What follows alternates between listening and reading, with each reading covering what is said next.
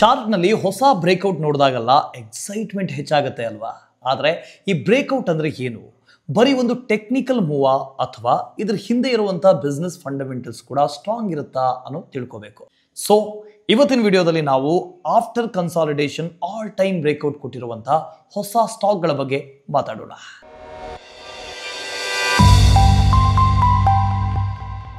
ನಮ್ಮ first company craftsman automation. 1986ರಲ್ಲಿ ಈ craftsman automation establish ಆಗಿತ್ತು. ಪ್ರೆಸಿಷನ್ ಮ್ಯಾನುಫ್ಯಾಕ್ಚರಿಂಗ್ನಲ್ಲಿ ಈ ಕಂಪನಿ ಲೀಡರ್ ಅಂತಲೇ ಹೇಳ್ಬೋದು. ಇದು ಸಿಕ್ಕಾಪಟ್ಟೆ ಡೈವರ್ಸ್ ಸೆಗ್ಮೆಂಟ್ನಲ್ಲಿ ಕೆಲಸ ಮಾಡುತ್ತೆ. ಈ ಕಂಪನಿ ಆಟೋಮೇಟಿವ್, ಇಂಡಸ್ಟ್ರಿಯಲ್ ಮತ್ತು ಇಂಜಿನಿಯರಿಂಗ್ ಸೆಗ್ಮೆಂಟ್ಗಳಿಗಾಗಿ ಕ್ಲೈಂಟ್ಗಳ ಸ್ಪೆಸಿಫಿಕೇಶನ್ ಅನುಸಾರ ಕಾಂಪೊನೆಂಟ್ಸ್ ಮತ್ತು ಸಬ್ ಅಸೆಂಬ್ಲಿಗಳನ್ನು ರೆಡಿ ಮಾಡುತ್ತೆ. ಕಂಪನಿಯ ವರ್ಟಿಕಲ್ಸ್ಗಳನ್ನು ನೋಡೋದಾದರೆ ಮೇನ್ಲಿ 3 ಕೋರ್ ವರ್ಟಿಕಲ್ಗಳಿದ್ದಾವೆ. ಮೊದಲನೇದು ಅಲ್ಯೂಮಿನಿಯಂ ಪ್ರಾಡಕ್ಟ್. ಇದರ ರೆವಿನ್ಯೂ 60%. ಈ ಕಂಪನಿ ಲೈಟ್ ವೇಟಿಂಗ್ ಸೊಲ್ಯೂಷನ್ಗಳನ್ನು ರೆಡಿ ಮಾಡುತ್ತೆ, ಲೈಕ್ ಕ್ರಾಫ್ಟ್ಸ್ಮನ್ ಮತ್ತು ಸಿಲಿಂಡರ್ ಬ್ಲಾಕ್ಸ್. 2 ವೀಲರ್ಸ್ಗಳ ಇಂಡಸ್ಟ್ರಿಯಲ್ ಯೂಸೇಜ್ಗೆ ಬೇಕಾಗಿರುವಂಥ ಕಾಂಪೊನೆಂಟ್ಸ್ಗಳನ್ನು ಉತ್ಪಾದನೆ ಮಾಡುತ್ತೆ. Next, powertrain contribution. ಇದರಿಂದ 28% ಕಾಂಟ್ರಿಬ್ಯೂಷನ್ ಬರ್ತಾ ಇದೆ. Craftsman automation CVS, passenger vehicles, farm ಮತ್ತು ಕನ್ಸ್ಟ್ರಕ್ಷನ್ ಮೈನಿಂಗ್ ಇಕ್ವಿಪ್ಮೆಂಟ್ಸ್ಗಳಿಗಾಗಿ ಪವರ್ ಟ್ರೈನ್ ಹಾಗೂ ರಿಲೇಟೆಡ್ ಪಾರ್ಟ್ಸ್ಗಳನ್ನು ತಯಾರು ಮಾಡುತ್ತೆ. ಇದರ ಅರ್ಥ ಏನು ಅಂದರೆ ಕಾಂಪೊನೆಂಟ್ಸ್ನಲ್ಲಿ ಇಂಜಿನ್ ಮತ್ತು ಪವರ್ ಟ್ರಾನ್ಸ್ಮಿಷನ್ ಇನ್ಕ್ಲೂಡ್ ಆಗಿದೆ ಅಂತ. ಇನ್ನು ಕೊನೆ ವರ್ಟಿಕಲ್ ಇಂಡಸ್ಟ್ರಿಯಲ್ ಮತ್ತು engineering with 12% of revenue contribution. ಇದೊಂದು ನಾನ್ ಆಟೋಮೇಟಿವ್ ವರ್ಟಿಕಲ್. ಇದರಲ್ಲಿ ಸ್ಟೋರೇಜ್ ಸೊಲ್ಯೂಷನ್ಸ್, ಹೈ ಎಂಡ್ ಸಬ್ ಅಸೆಂಬ್ಲಿ, ಕಾಂಟ್ರಾಕ್ಟ್ ಮ್ಯಾನುಫ್ಯಾಕ್ಚರಿಂಗ್ ಮತ್ತು ಬೇರೆ ಬೇರೆ ಇಂಡಸ್ಟ್ರಿಯಲ್ ಪ್ರಾಡಕ್ಟ್ಗಳು ಬರ್ತವೆ. ಈಗ ಫಿನಾನ್ಷಿಯಲ್ ಪರ್ಫಾರ್ಮೆನ್ಸ್ನ ಬಗ್ಗೆ ನೋಡೋಣ. 3 ವರ್ಷದಲ್ಲಿ ಸೇಲ್ಸ್ CAGR 37% ಇದ್ದು ಪ್ರಾಫಿಟ್ ಗ್ರೋತ್ ಕೇವಲ 9% ವರೆಗೆ ಲಿಮಿಟ್ ಆಗಿದೆ. Q1 FY26ನಲ್ಲಿ ಕಂಪನಿಯ ರೆವಿನ್ಯೂ 1784 ಕೋಟಿ ಇತ್ತು ವಿತ್ 55% ಇಯರ್ ಆನ್ ಇಯರ್ ಗ್ರೋತ್ನಲ್ಲಿ. ಇದು ಸ್ಟ್ರಾಂಗ್ ಸೇಲ್ಸ್ ಮೊಮೆಂಟಮ್ ಅನ್ನ ರಿಫ್ಲೆಕ್ಟ್ ಮಾಡ್ತಾ ಇದೆ. ಇದಕ್ಕೆ ಕಾರಣ ಏನು ಅಂದರೆ ಅಲ್ಯೂಮಿನಿಯಂ ಸೆಗ್ಮೆಂಟ್ ಕಾಂಟ್ರಿಬ್ಯೂಷನ್ 2 ಪಟ್ಟು ಹೆಚ್ಚಾಗಿ 1071 ಕೋಟಿ ಆಗಿತ್ತು. ಈ ಗ್ರೋತ್ ಮೇಜರ್ಲಿ ಎಕ್ಸಿಸ್ಟಿಂಗ್ ಕಸ್ಟಮರ್ಸ್ಗೆ ರ್ಯಾಂಪ್ ಅಪ್ ಆಗಿತ್ತು. Q1 FY26ನಲ್ಲಿ DR Axion ಕೂಡ ಸ್ಟ್ರಾಂಗ್ ರೆವಿನ್ಯೂ ಗ್ರೋತ್ ತೋರಿಸಿ 408 ಕೋಟಿಯ ಕ್ವಾರ್ಟರ್ಲಿ ರನ್ ರೇಟ್ ನೀಡಿತ್ತು. ಇದಕ್ಕೆ ಕಾರಣ ಏನು ಅಂದರೆ ಹೊಸ ಕಸ್ಟಮರ್ಗಳ ಆಡ್ ಆನ್ ಮತ್ತು ಕೀ ಕಸ್ಟಮರ್ಗಳ ಮೇಲಿನ ಫೋಕಸ್. ಆದರೆ ಎಕ್ಸ್ಪೆನ್ಸ್ 59.3% ನಿಂದ ಹೆಚ್ಚಾಗಿ 1519 ಕೋಟಿ ಆಗಿತ್ತು. ಎಕ್ಸ್ಪೆನ್ಸರ್ಸ್ನ ಮೇಜರ್ ಡ್ರೈವ್ ಏನು ಅಂದರೆ ಎಂಪ್ಲಾಯ್ ಬೆನಿಫಿಟ್ ಎಕ್ಸ್ಪೆನ್ಸ್ ಮತ್ತು ಅದರ್ ಎಕ್ಸ್ಪೆನ್ಸಸ್. ಇವೆರಡು ಕಾಸ್ಟ್ ಸ್ಟ್ರಕ್ಚರ್ ಅನ್ನ ತುಂಬಾ ಇಂಪ್ಲಾಂಟ್ ಮಾಡಿತ್ತು. ಆಪರೇಟಿಂಗ್ ಪ್ರಾಫಿಟ್ ಕೂಡ 34.5% ಇಂದ ಹೆಚ್ಚಾಗಿ 265 ಕೋಟಿವರೆಗೂ ತಲುಪಿತ್ತು. ಆದರೆ OPM 227 BPS ಕುಸಿದು 14.85% ಆಗಿತ್ತು. Top line growth benefit margin ವರೆಗೂ ತಲುಪಿಲ್ಲ ಅನ್ನೋದನ್ನ ಇದು ತೋರಿಸ್ತಾ ಇದೆ. ಇದರ ಜೊತೆಗೆ ಇಂಟ್ರೆಸ್ಟ್ ಕಾಸ್ಟ್ 34.7% ನಿಂದ ಹೆಚ್ಚಾಗಿ 66 ಕೋಟಿ ಮತ್ತು ಡಿಪ್ರಿಸಿಯೇಷನ್ 41.7% ಹೆಚ್ಚಾಗಿ 102 ಕೋಟಿ ಆಗಿತ್ತು. ಇವೆರಡು ಪ್ರಾಫಿಟಬಿಲಿಟಿಯನ್ನ ಸ್ಕ್ವೀಸ್ ಮಾಡಿತ್ತು. ಹೈಯರ್ ಎಕ್ಸ್ಪೆನ್ಸಸ್, ಇಂಟ್ರೆಸ್ಟ್ ಮತ್ತು ಡಿಪ್ರಿಸಿಯೇಷನ್ ಕಂಬೈನ್ಡ್ ಇಂಪ್ಯಾಕ್ಟ್ ಆದರೂ ಕೂಡ ನೆಟ್ ಪ್ರಾಫಿಟ್ 18.6% ನಿಂದ ಗ್ರೋ ಆಗಿ 70 ಕೋಟಿವರೆಗೂ ತಲುಪಿತ್ತು. ಆದರೆ NPM 121 BPS ಕುಸಿದು 3.92% ಆಗಿದೆ. ಈಗ ಗ್ರೋತ್ ಔಟ್ಲುಕ್. ಕ್ರಾಫ್ಟ್ಸ್ಮನ್ ಆಟೋಮೇಷನ್ 2026ಕ್ಕೆ 7,000 ಕೋಟಿ ರೆವಿನ್ಯೂ ಮತ್ತು 1,100 ಕೋಟಿಯ EBITDA ಗೈಡೆನ್ಸ್ ನೀಡಿದೆ.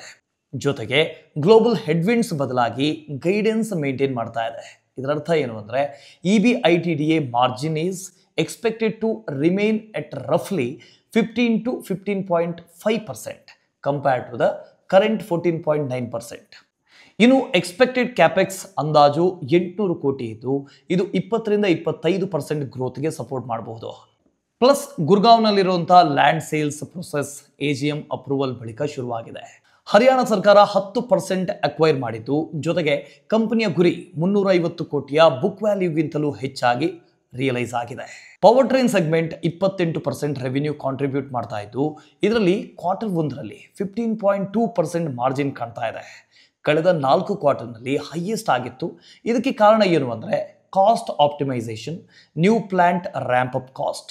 ಇವರ ಕೋತ್ವಾಡಿ ಪ್ಲಾಂಟ್ 2030ರ ವೇಳೆಗೆ 875 ಕೋಟಿ ಆನ್ಯುವಲ್ ರೆವಿನ್ಯೂ ಟಾರ್ಗೆಟ್ನಲ್ಲಿ 50%ಗೂ ಹೆಚ್ಚು ಆರ್ಡರ್ಸ್ಗಳನ್ನು ಸೆಕ್ಯೂರ್ ಮಾಡಿದೆ. ಇದರ ಪ್ರೌಡ್ಸ್ ಮೋಸ್ಟ್ಲಿ 2027-28ರಲ್ಲಿ ಆಗಬಹುದು.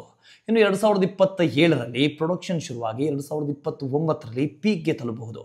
ಜೊತೆಗೆ ಜರ್ಮನ್ ಟೀಮ್ ಜೊತೆ ಕೈ ಜೋಡಿಸಿ ಹೊಸ ಕಸ್ಟಮರ್ಗಳನ್ನ ಅಟ್ರಾಕ್ಟ್ ಮಾಡ್ತಾ ಇದ್ದು ಫಾರ್ಮರ್ಸ್ ಟೆಕ್ ಕಾನ್ಫಿಡೆಂಟ್ ಆಗಿದೆ. ಈಗ ವಾಪಸ್ ಫೈನಾನ್ಷಿಯಲ್ಸ್ ನ ಮೇಲೆ ಕಣ್ಣು ಹಾಯಿಸಿದ್ರೆ 2025ರಲ್ಲಿ ಮೇಜರ್ಲಿ ಅಕ್ವಿಸಿಷನ್ಸ್ ಮತ್ತು ಕ್ಯಾಪೆಕ್ಸ್ ಫಂಡಿಂಗ್ ಆಗಿ ಲಾಂಗ್ ಟರ್ಮ್ ಬಾರೋವಿಂಗ್ಸ್ 47% ಜಂಪ್ ಆಗಿದೆ. ಇನ್ವೆಂಟರೀಸ್ 1041 ಕೋಟಿಯಿಂದ ಹೆಚ್ಚಾಗಿ 1332 ಕೋಟಿ ಆಗಿದೆ. ರಿಸಿವೇಬಲ್ ಕೂಡ 59% ಮೇಲಿದೆ. ಇದರ ಡೈರೆಕ್ಟ್ ಇಂಪ್ಯಾಕ್ಟ್ ಕ್ಯಾಶ್ ಫ್ಲೋ ಮೇಲೆ ಬಿದ್ದಿದೆ. ಕ್ಯಾಶ್ ಫ್ರಮ್ ಆಪರೇಷನ್ಸ್ 513 ಕೋಟಿಯಿಂದ ಕುಸಿದು 282 ಕೋಟಿ ಆಗಿದೆ. Almost 45% down. ಮೇನ್ಲಿ ರಿಸಿವೇಬಲ್ಸ್ ಮತ್ತು ವರ್ಕಿಂಗ್ ಕ್ಯಾಪಿಟಲ್ ಚೇಂಜಸ್ನ ಪ್ರೆಷರ್ನಿಂದಾಗಿ. ಇವೊಂದು ROCE, ROE ಮತ್ತು ಕ್ಯಾಶ್ ಕನ್ವರ್ಷನ್ ಮೀಡಿಯನ್ ಲೆವೆಲ್ಗಿಂತ ಕೆಳಗಿದೆ. ಡೆಬಿಟ್ ಲೆವೆಲ್ ರೇಷಿಯೋ ಕೂಡ ಹೈಯರ್ ಆಗಿದ್ದು ಇಂಟ್ರೆಸ್ಟ್ ಕವರೇಜ್ ಮೀಡಿಯನ್ 5 ಇದ್ದಾಗಲೂ ಕೇವಲ 2.35 ನಷ್ಟಿದೆ. Technical analysis. ಕ್ರಾಫ್ಟ್ಸ್ಮನ್ ಆಟೋಮೇಷನ್ 2021ರಲ್ಲಿ IPO ಮಾಡಿತ್ತು, ಇನಿಷಿಯಲ್ ಪಬ್ಲಿಕ್ ಆಫರಿಂಗ್ಸ್. ಇದಾದ್ಮೇಲೆ ಮುಂದಿನ 3 ವರ್ಷದಲ್ಲಿ ಸ್ಟಾಕ್ 3 ಪಟ್ಟು ರಿಟರ್ನ್ಸ್ ಕೊಟ್ಟು 6500 ಲೆವೆಲ್ನಿಂದ ರಿಜೆಕ್ಷನ್ ಆಗಿತ್ತು. ರೆಸಿಸ್ಟೆನ್ಸ್ ಲೆವೆಲ್ ಕಾರಣಕ್ಕೆ ರಿಜೆಕ್ಟ್ ಆಗಿದ್ರೂ ಸ್ಟಾಕ್ 1 ವರ್ಷ ಮಾರ್ಕೆಟ್ ಕುಸಿದಿದ್ರೂ ಕೂಡ ಆಲ್ ಟೈಮ್ ಹೈ ಬ್ರೇಕ್ಔಟ್ ನೀಡಿತ್ತು. ಒಂದು ವೇಳೆ ಸ್ಟಾಕ್ 6500ಗಿಂತ ಕೆಳಗೆ ಹೋದ್ರೆ ಟ್ರೆಂಡ್ ಇನ್ವ್ಯಾಲಿಡ್ ಆಗಲಿದೆ. ಇನ್ನು ರಿಸ್ಕ್ ನೋಡೋದಾದ್ರೆ ಆಟೋ ಇಂಡಸ್ಟ್ರಿ ಸಿಕ್ಕಾಪಟ್ಟೆ ಸೈಕ್ಲಿಂಗ್ ಆಗಿದೆ. ಇಂಟ್ರೆಸ್ಟ್ ರೇಟ್ ಮತ್ತು ಲಿಕ್ವಿಡಿಟಿಯಿಂದ ಡೈರೆಕ್ಟ್ ಇಂಪ್ಯಾಕ್ಟ್ ಆಗಿದೆ. 2025ರಲ್ಲಿ CV ಸೆಗ್ಮೆಂಟ್ ಸೇಲ್ಸ್ ಫ್ಲಾಟ್ ಆಗಿದ್ದು ಜೊತೆಗೆ terminal power train growth muted ಆಗೋ ಚಾನ್ಸ್ ಇದೆ. ಕೊರಿಯಾದಲ್ಲಿ EV ಸ್ಲೋ ಡೌನ್ ಆಗಿರೋದ್ರಿಂದ indirect impact ICE parts export ಮೇಲೆ ಬೀಳ್ತಾ ಇದೆ. ಜೊತೆಗೆ ಸನ್ಬೀಮ್ ಗುರ್ಗಾಂವ್ನ ಲೇಬಲ್ ಇಶ್ಯೂ ಸೆಟಲ್ ಆಗಿದೆ. ಆದರೆ Q2 FY26 margin uplift uncertain ಆಗಿದೆ. ಯಾಕೆ ಅಂದ್ರೆ ಹೆವಿ ರ್ಯಾಂಪ್ ಅಪ್ ಮತ್ತು ಇಕ್ವಿಪ್ಮೆಂಟ್ ಶಿಫ್ಟಿಂಗ್ ಕಾರಣಕ್ಕೆ.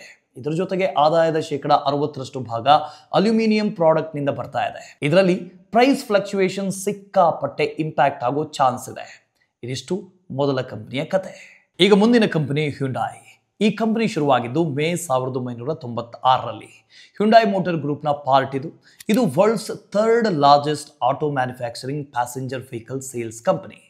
ಜೂನ್ 2025ರ ಡೇಟಾ ಪ್ರಕಾರ ಹುಂಡೈನ ಪ್ಯಾಸೆಂಜರ್ ವೆಹಿಕಲ್ ಮಾರ್ಕೆಟ್ ಶೇರ್ ಬರೋಬ್ಬರಿ 12.87%. EV ಸ್ಪೇಸ್ನಲ್ಲಿ 3.9% ಶೇರ್ ಇದೆ. ಹ್ಯುಂಡೈನಲ್ಲಿ 14 ಪ್ಯಾಸೆಂಜರ್ ವೆಹಿಕಲ್ ಮಾಡೆಲ್ಸ್ ಇದಾವೆ. ಈ ವರ್ಷದಲ್ಲಿ ಸೇಲ್ಸ್ನಲ್ಲಿ 69% SUV ಇಂದ ಬಂದಿದೆ. Like Exter, Venue, Creta models. ಹ್ಯಾಚ್ಬ್ಯಾಕ್ನಿಂದ 18% ಕಾಂಟ್ರಿಬ್ಯೂಷನ್ ಇದೆ. ಸೆಡಾನ್ನಿಂದ 13% ಕಾಂಟ್ರಿಬ್ಯೂಷನ್ ಇದೆ. ಫ್ಯೂಯಲ್ ಮಿಕ್ಸ್ ಕೂಡ ಇಂಟ್ರೆಸ್ಟಿಂಗ್ ಆಗಿ ಇವಾಲ್ವ್ ಆಗ್ತಾ ಇದೆ. ಕನ್ಸ್ಯೂಮರ್ ಡಿಮಾಂಡ್ ಮತ್ತು ರೆಗ್ಯುಲೇಟರಿ ಚೇಂಜಸ್ನ ಮೇಲೆ ಡಿಪೆಂಡ್ ಆಗಿದೆ. ಈ ವರ್ಷ CNG ಶೇರ್ 11% ಇದ್ರೆ 2026ಕ್ಕೆ ಇದು 16% ಆಗಲಿದೆ. EVs ಕಾಂಟ್ರಿಬ್ಯೂಷನ್ ಅರೌಂಡ್ 1.4% ಇದೆ. 83% ಸ್ಪ್ಲಿಟ್ ಆಗಿದೆ. ಇನ್ನು ಪೆಟ್ರೋಲ್ 63%, ಡೀಸೆಲ್ 20% ಶೇರ್ ಇದೆ. ಹುಂಡೈನ ರೆವಿನ್ಯೂ ಅಂದರೆ ಕಾರ್ ಸೇಲ್ ಮಾಡೋದು ಮಾತ್ರ ಅಲ್ಲ, ಪಾರ್ಟ್ಸ್ ಮತ್ತು ಆಕ್ಸೆಸರೀಸ್ ಸೇಲ್ ಕೂಡ 6% ಕಾಂಟ್ರಿಬ್ಯೂಷನ್ ಮಾಡ್ತಾ ಇದೆ. ಅಂದರೆ ಆಫ್ಟರ್ ಸೇಲ್ ಸೆಗ್ಮೆಂಟ್ನಲ್ಲಿ ಇನ್ಕಮ್ ಬರ್ತಾ ಇದೆ. ಫಿನಾನ್ಷಿಯಲ್ ಪರ್ಫಾರ್ಮೆನ್ಸ್ ಹೇಗಿದೆ ಅಂತ ನೋಡೋಣ ಬನ್ನಿ. ಲಾಸ್ಟ್ 3 ವರ್ಷದಲ್ಲಿ ಕಂಪನಿ ಸೇಲ್ಸ್ CAGR 13% ಇದ್ರೂ ಪ್ರಾಫಿಟ್ ಗ್ರೋತ್ ಸ್ಟ್ರಾಂಗರ್ ಆಗಿ 25% ಆಗಿದೆ. 2026ರ ಫಿಗರ್ಸ್ ನೋಡಿದ್ರೆ ರೆವಿನ್ಯೂ 1641 ಕೋಟಿ ಆಗಿದೆ. 5.4% ಕಳೆದ ವರ್ಷ ಕಂಪೇರ್ ಮಾಡಿದ್ರೆ ಡಿಕ್ಲೈನ್ ಆಗಿದೆ. ಇದಕ್ಕೆ ಮೇನ್ ರೀಸನ್ ಅಂದರೆ ವಾಲ್ಯೂಮ್ಸ್ 6% ಡ್ರಾಪ್ ಆಗಿರೋದು. ಟೋಟಲ್ ಸೇಲ್ಸ್ 1,80,399 ಯೂನಿಟ್ಸ್ಗೆ ಬಿದ್ದಿದೆ. ಡೊಮೆಸ್ಟಿಕ್ ಸೇಲ್ಸ್ ಇನ್ನೂ ಹೆಚ್ಚು ವೀಕ್ ಆಗಿದೆ. ಇದರಿಂದ ಕ್ಲಿಯರ್ ಆಗೋದು ಏನು ಅಂದರೆ ಡೊಮೆಸ್ಟಿಕ್ ಡಿಮಾಂಡ್ ಪ್ರೆಷರ್ ಇದೆ ಅಂತ. ಇನ್ನು ಮಾರ್ಜಿನ್ಸ್ನ ಕಡೆ ನೋಡೋದಾದ್ರೆ ಕಂಪನಿ ಕಾಸ್ಟ್ ಕಂಟ್ರೋಲ್ ಮತ್ತು ಲೋಕಲೈಸೇಷನ್ ಎಫರ್ಟ್ಸ್ ಮೂಲಕ ಸ್ಟೇಬಲ್ ಮಾರ್ಜಿನ್ ಮೇಂಟೈನ್ ಮಾಡಿದೆ ಅನ್ನೋ ಖುಷಿ. ಆಪರೇಟಿಂಗ್ ಎಕ್ಸ್ಪೆನ್ಸಸ್ 5.2% ಡ್ರಾಪ್ ಆಗಿ 1423 ಕೋಟಿ ಆಗಿಬಿಟ್ಟಿದೆ. ಮೆಟೀರಿಯಲ್ ಕಾಸ್ಟ್ ಫ್ಲಾಟ್ ಆಗಿದ್ದು ಎಂಪ್ಲಾಯಿ ಕಾಸ್ಟ್ ಮಾತ್ರ 12.8% ಇನ್ಕ್ರೀಸ್ ಆಗಿ 62.4 ಕ್ರೋರ್ಗೆ ಹೋಗಿ ತಲುಪಿದೆ. ಅಂದರೆ ಪೀಪಲ್ ಕಾಸ್ಟ್ ಇನ್ನೂ ಜಾಸ್ತಿ ಆಗಿದೆ. ರೆವಿನ್ಯೂ ವೀಕ್ ಇದ್ರೂ ಕೂಡ ಇದನ್ನ ನೋಟ್ ಮಾಡಲೇಬೇಕು. ಆಪರೇಟಿಂಗ್ ಪ್ರಾಫಿಟ್ 6.6% ಕಮ್ಮಿಯಾಗಿ 219 ಕೋಟಿಗೆ ಬಂದಿದೆ. ನೆಟ್ ಪ್ರಾಫಿಟ್ ಕೂಡ ಅಷ್ಟೇ 8.1% ಡ್ರಾಪ್ ಆಗಿ 137 ಕೋಟಿ ಇಳಿದಿದೆ. NPM 25 ಕೂಡ ಡೌನ್ ಆಗಿ 8.3% ಆಗಿದೆ. ಗ್ರೋತ್ ಔಟ್ಲುಕ್ ನೋಡೋದಾದ್ರೆ ನಿಯರ್ ಟರ್ಮ್ ಡಿಮಾಂಡ್ ಕೂಡ ಡಲ್ ಆಗಿದೆ. ಜೂನ್ 2025 TIV ಪಾಸ್ಟ್ 30 ತಿಂಗಳಿನಲ್ಲಿ ಸೆಕೆಂಡ್ ಲೋಯೆಸ್ಟ್. ಆದರೆ ರಿಕವರಿ ಎಕ್ಸ್ಪೆಕ್ಟ್ ಮಾಡಲಾಗ್ತಾ ಇದೆ. ಗ್ರಾಮೀಣ ಭಾಗದಲ್ಲಿರುವಂತಹ ಡಿಮಾಂಡ್ಗಳು ಅರ್ಬನ್ಗಿಂತ ಬೆಟರ್ ಆಗಿದ್ದಾವೆ. ರೂರಲ್ ಬೈಯರ್ಸ್ ಪರ್ಫಾರ್ಮೆನ್ಸ್ ಕೂಡ ಶಿಫ್ಟ್ ಆಗ್ತಾ ಇದೆ. ಹೆಚ್ಚು ಜನ ಹ್ಯಾಶ್ಬ್ಯಾಕ್ ಬಿಟ್ಟು SUVs ಕಡೆಗೆ ಪ್ರಿಫರ್ ಮಾಡ್ತಾ ಇದ್ದಾರೆ. ಫಸ್ಟ್ ಟೈಮ್ ಕಾರ್ ಬೈಯರ್ಸ್ ಬರೋಬ್ಬರಿ 40% ರೀಚ್ ಆಗಿದ್ರೆ ಕ್ರೆಟಾ ಬೈಯರ್ಸ್ನಲ್ಲಿ 32% ರೀಚ್ ಆಗಿದೆ. 2020ರಲ್ಲಿ ಇದು ಜಸ್ಟ್ 13% ಮಾತ್ರ ಇತ್ತು. ಆದರೆ ನಂಬಲೇಬೇಕು, 2030ಕ್ಕೆ 26 ಹೊಸ ಪ್ರಾಡಕ್ಟ್ಸ್ ಲಾಂಚ್ ಮಾಡೋಕೆ ಕಂಪನಿ ಪ್ಲಾನ್ ಮಾಡಿಕೊಂಡಿದೆ. ಕ್ರೆಟಾ ಸೆಗ್ಮೆಂಟ್ನಲ್ಲಿ ಇಂಡಸ್ಟ್ರಿ ವೈಡ್ ಡಿಸ್ಕೌಂಟಿಂಗ್ ಇದ್ರೂ ಕೂಡ ಹುಂಡೈ ಪ್ರೈಸಿಂಗ್ ಪವರ್ ಮೇಂಟೈನ್ ಮಾಡ್ತಾ ಇದೆ. ಇವರ ಸ್ಟ್ರಾಟಜಿ ಡಿಸ್ಕೌಂಟ್ನಲ್ಲಿ ಸೇರಲ್ಲ. ಅದರ ಬದಲಾಗಿ new facelifts, variants, premium features use ಮಾಡಿ ಎಕ್ಸೈಟ್ಮೆಂಟ್ ಕ್ರಿಯೇಟ್ ಮಾಡ್ತಾರೆ. ಮ್ಯಾನುಫ್ಯಾಕ್ಚರಿಂಗ್ ಅಪ್ಡೇಟ್ ನೋಡೋದಾದ್ರೆ ವೆಹಿಕಲ್ ಅಸೆಂಬ್ಲಿ 2026ರಲ್ಲಿ ಶುರುವಾಗುತ್ತೆ. ಇನಿಷಿಯಲ್ ಕೆಪಾಸಿಟಿ ಸುಮಾರು 1.7 ಲಕ್ಷ ಯೂನಿಟ್ ಇದ್ರೆ ಅದು ಸ್ಕೇಲ್ ಅಪ್ ಆಗಿ 2028ಕ್ಕೆ 2.5 ಲಕ್ಷ ಯೂನಿಟ್ಸ್ ಆಗೋದು ಪಕ್ಕ. ಚೆನ್ನೈ ಪ್ಲಾಂಟ್ನ 8,24,000 ಯೂನಿಟ್ ಕೆಪಾಸಿಟಿಯ ಜೊತೆಗೆ ಕಂಬೈನ್ಡ್ ಪ್ರೊಡಕ್ಷನ್ ಸೇರಿ ಒಟ್ಟಾರೆ 1 ಮಿಲಿಯನ್ಗೂ ಹೆಚ್ಚು ಯೂನಿಟ್ ಆಗೋ ಸಾಧ್ಯತೆ ಇದೆ. ಕಂಪನಿ ಈಗಾಗಲೇ 6,000 ಕೋಟಿ ಕ್ಯಾಪೆಕ್ಸ್ ಪ್ಲಾನ್ ಅನೌನ್ಸ್ ಮಾಡಿದೆ. ಇದು ಕಂಪನಿಯ capacity, tech upgrades, long term ಗ್ರೋತ್ಗೆ ಸಹಾಯ ಮಾಡೋದ್ರಲ್ಲಿ ಎರಡನೇ ಮಾತಿಲ್ಲ. ಈ ಕಂಪನಿಯ ಲೋಕಲೈಸೇಷನ್ ಇಂಪ್ರೂವ್ ಆಗಿದೆ. ಇತ್ತೀಚೆಗೆ 82% ಪಾರ್ಟ್ಸ್ ಇಂಡಿಯಾದಲ್ಲಿ ಮ್ಯಾನುಫ್ಯಾಕ್ಚರ್ ಆಗ್ತಾ ಇದೆ. Even high tech EV parts ಕೂಡ ಲೋಕಲ್ ಆಗ್ತಾ ಇದೆ. ಇವಾಗ ಕ್ಯಾಶ್ ಫ್ಲೋ ಸ್ಟೇಟ್ಮೆಂಟ್ ನೋಡೋ ಸಮಯ. ಕ್ಯಾಶ್ ಫ್ರಮ್ ಆಪರೇಷನ್ಸ್ 9,252 ಕೋಟಿಯಿಂದ 4,345 ಕೋಟಿ ಆಗಿದೆ. ಆಲ್ಮೋಸ್ಟ್ ಅರ್ಧ ಆಗಿದೆ. ಇದು ಏರುಪೇರು ಆಗೋದಕ್ಕೆ ಕಾರಣ ಏನು ಗೊತ್ತಾ? Payables, ರಿಸಿವೇಬಲ್ಸ್, inventories, liabilities. ಇದರಿಂದ ನೆಗೆಟಿವ್ ಇಂಪ್ಯಾಕ್ಟ್ ಆಗಿದೆ. ಉದಾಹರಣೆಗೆ ಕರೆಂಟ್ ಲಯಬಿಲಿಟೀಸ್ 64% ಡ್ರಾಪ್ ಆಗಿದೆ.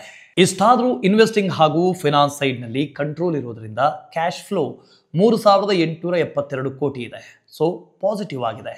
ಈ ಹುಂಡೈ ಸ್ಕೇಲ್ ಅರೌಂಡ್ ಮಾರುತಿ ಕಂಪನಿಯ 1/3 ಭಾಗ ಇದೆ. ಆದರೆ ಎಫಿಷಿಯನ್ಸಿ ಮತ್ತು ರಿಟರ್ನ್ಸ್ನಲ್ಲಿ ಹುಂಡೈ ಸ್ಟ್ಯಾಂಡ್ ಔಟ್ ಮಾಡ್ತಾ ಇದೆ. ಸೇಲ್ಸ್ ಗ್ರೋತ್ 13.5% ಇದೆ. ಇದು ಮಾರುತಿ ಕಂಪನಿಗಿಂತ ಹೆಚ್ಚು.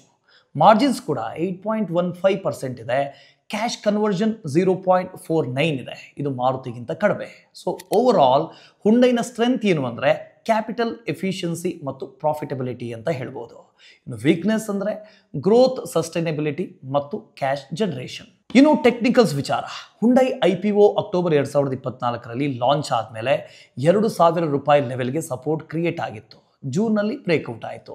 ಬ್ರೇಕ್ಔಟ್ನ ನಂತರ ಸ್ಮಾಲ್ ರೇಂಜ್ನಲ್ಲಿ ಕನ್ಸಾಲಿಡೇಟ್ ಆದಮೇಲೆ ರೀಸೆಂಟ್ಲಿ ಇನ್ನೊಂದು ಬ್ರೇಕ್ಔಟ್ ಬಂತು.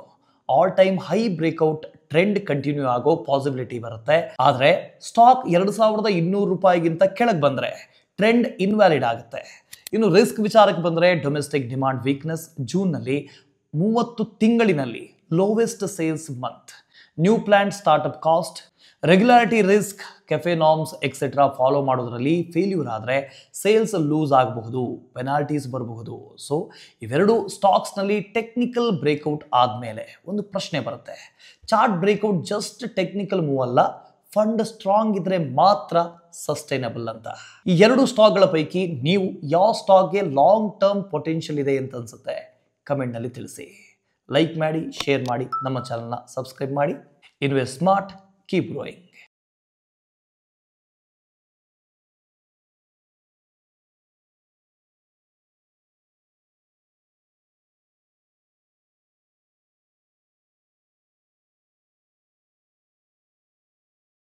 Investment in securities market are subject to market risks. Read all the related documents carefully before investing. Please read the risk disclosure documents carefully before investing in equity shares, derivatives, mutual fund, and or other instruments traded on the stock exchanges.